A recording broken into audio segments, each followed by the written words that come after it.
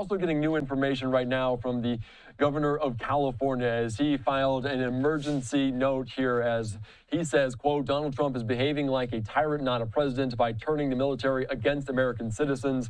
He is threatening the very core of our democracy. I'm asking the court to immediately block these unlawful actions. As he filed this emergency request, as from roughly 4,000 National Guard members, 700 Marines are in Los Angeles following protests driven by anger over the president's stepped-up enforcement of immigration. So, of course, we're following it very closely here on Live Now from Fox, awaiting comments from President Trump himself at Fort Bragg. So we're going to dive into more on this here on Live Now from Fox and bring into California Congressman, Republican Kevin Kiley. Thank you so much for joining us here on Live Now from Fox. And obviously, President Trump has called what is happening in LA horrible. In your eyes, how does this all end? Well, hopefully it ends with order being restored, and I know that is the president's goal, and it is precisely what Gavin Newsom and Karen Bass, the mayor, were not doing. Quite the contrary. They have added fuel to the fire over the course of the last several days, literal fires, as we're seeing, with incendiary rhetoric, inflammatory rhetoric. The governor now is seemingly devoting all of his energy to picking a fight with President Trump, rather than working with him to get the situation under control, to protect the community, to protect our federal officers, to protect our citizens, to protect property. Those ought to be his priorities. I know those are the president's priorities, and it's time for the governor to stop trying to create a confrontation or try to benefit himself politically, but focus on what the people of California and Los Angeles need. And President Trump has defended the action of him going above Gavin Newsom to bring in the National Guard. And in that emergency request, the National Guard is now potentially starting to provide support for immigration operations, not only defending potentially federal property. Do you stand by that? Do you think that is appropriate?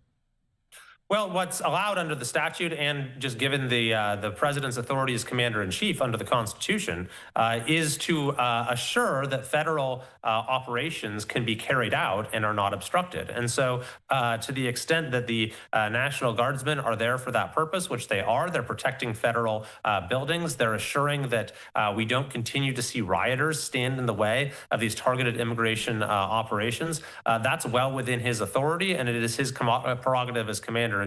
And as we saw, Governor Newsom and Mayor Karen Bass had let this situation get completely out of control. I mean, we can start this story from, the last few years when you had millions of people come across the border because of the open border policy of the Biden administration, which was worse in California than anywhere. And then California and LA have adopted these terrible sanctuary policies, which actually prevent ICE from being able to take custody of people from a jail. And so they have to go out when they're looking for the highest risk people with criminal convictions, and actually find them in the community. And then you have the likes of Karen Bass and Gavin Newsom who are blowing that way out of proportion, even though these are standard operations, and essentially egging on rioters to go and show up, create disruptions, attack law enforcement officers, engage in acts of violence, set cars on fire. So this is exactly what the radical policies of this governor and of our state have brought us to. And unfortunately, now the whole world is getting a window into the level of lawlessness that is all too typical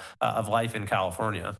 Of course, and we're watching there Fort Bragg. We're expecting to hear from President Trump in just a little bit, but we're going to continue on with this conversation, Representative, because also President Trump called Newsom grossly incompetent. What do you think Newsom and Bass should do to curtail these? Because I know there's also a resolution there from fellow Republicans in California to restore peace, to end some of these riots. What should they do? Well, there's a lot of things they should have done differently. From the beginning, they should not have aided and abetted Biden's open border, so we wouldn't have had millions of people coming in. But even given that situation, they could have not advanced sanctuary policies. If we didn't have these sanctuary policies, then in a lot of cases, ICE could have just taken custody of people in a custodial setting in a jail. But because of the sanctuary policies forbid cooperation with federal law enforcement, they're not allowed to do that. But then given all of that, they didn't need to be funding nonprofits like this group Churla, which actually go out. They've called for abolishing ICE, and then they actually follow ICE around. They get intel on where ICE agents are at any given moment, and then they send the rioters out in their direction to go and disrupt them. They shouldn't have done that. And then, but even given all of that, the governor and the mayor did not need to go out and use inflammatory rhetoric to describe what ICE was doing. Could have said these are standard operations. These are the sort of things that ICE has done for decades across different administrations, and citizens need to do not have the right. You have the right to protest, but you do not have the right to physically interfere with the work of the federal authorities. They could have done that, but then even given all of that, we saw that Karen Bass, who is in charge of the police in LA, refused to make timely responses when these incidents started occurring. So they're, from start to finish, they have behaved in exactly the wrong way if their goal was actually to bring peace to the city. And as you say, these are potentially comments inflaming tensions, and those are also comments from Gavin Newsom saying the National Guard being on the ground, the implementation of Marines on the ground is also potentially inflaming this. I do want to ask you about those Marines, because that would be certainly unprecedented. A post on social media from Jennifer Griffin, our Fox News colleague, saying the 700 Marines ordered to help LA, they have not yet arrived. They remain at Seal Beach, south of Los Angeles. I want to ask you, because this Marine unit is an infantry unit, needs to learn protocols for use of force in a domestic setting. How much of a balance is that? How much delicate nature is it? And how do they have to figure out what type of force can they use? How do they dictate what use of force is in this setting? Well, as far as I understand, it's the National Guard that is on the scene right now. Correct. And the president is the commander in chief. And so it is his prerogative to make the decision as to what level of a presence that we need there at any given point in time. But if you look at what the National Guardsmen are doing right now, they're protecting federal buildings. They're making sure things don't continue to get out of hand. And I think, frankly, it is absolutely despicable for Gavin Newsom to be attacking our National Guardsmen and women by saying that their presence there is somehow inflammatory, that their presence there has somehow caused the violence, when we know for a fact that the violence started well before they got there, and it's their presence that is hopefully now starting to calm things down a little bit. I mean, we have the very best people who are serving in our armed forces, who are part of our National Guard, and for the governor to attack them like that, that is something that should not be tolerated in any way. And I think it is the Marines that are going through some of those use of force protocols to understand what they can and cannot do when engaging with protesters there on the ground. And we can see there Marine 1 touching down. So I'm going to ask you a last few questions here before President Trump steps up. Are you concerned that this is going to continue to escalate into other communities that, of course, may be closer to your district in Sacramento, more inland? Are you concerned that this escalates to other communities around the country? Well, I think that certainly was the risk when you had the likes of Gavin Newsom and Karen Bass, who were encouraging it and who were inflaming the situation and who were funding nonprofits or NGOs that were actually calling out the locations of where ICE was in any given moment. And so I do think it has been imperative that you have federal law enforcement that is making sure that this sort of law breaking is not tolerated and is prosecuting people to the fullest extent of the law. That's how you bring order. That's how you prevent situations like this from recurring, by making sure that the people are held accountable for their actions. And the problem in California is, for far too long, we have not had accountability when it comes to law breaking. California has had very weak criminal laws.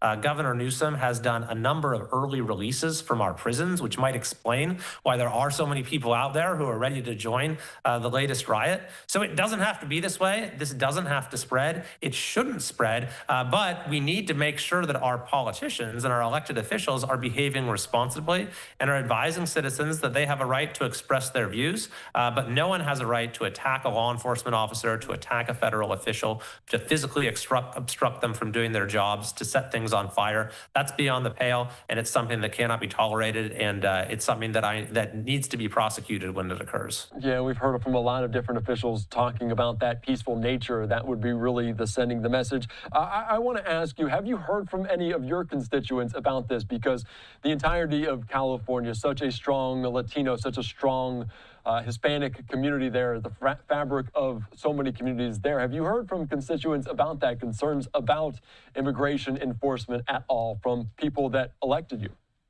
I think people, yes, absolutely, are highly concerned that we let 10 million people into our country without any vetting, without any ability to check whether they have a criminal history, whether they're on the terrorist watch list. People are extremely concerned about that. And I think that people are incredibly supportive of the common sense measure, which, by the way, has always been bipartisan.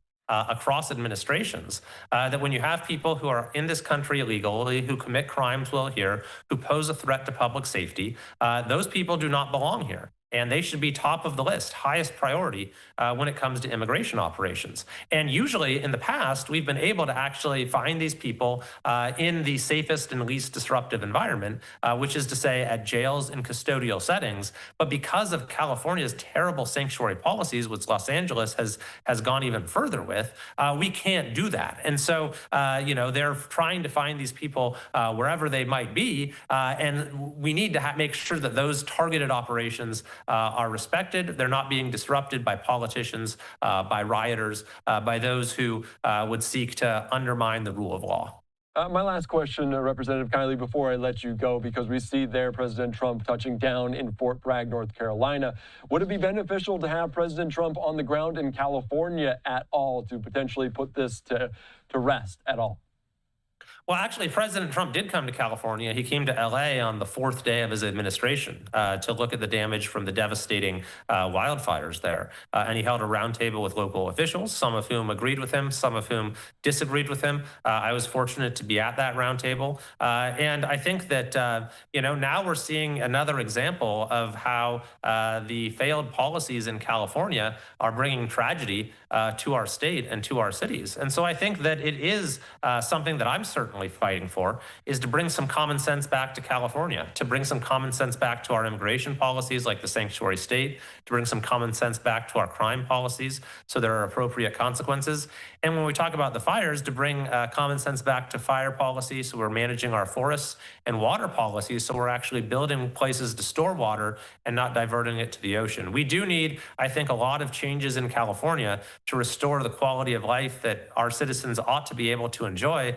And these two sets of disasters that have occurred early in the president's term, the devastating wildfires and now these riots, have served to show how much change really is needed in California. All right, Representative Kevin Kiley, thank you so much for your time, your insight, perspective there from California as day number 5 of these anti-ICE demonstrations continue on. Thank you again for your time here on Live Now.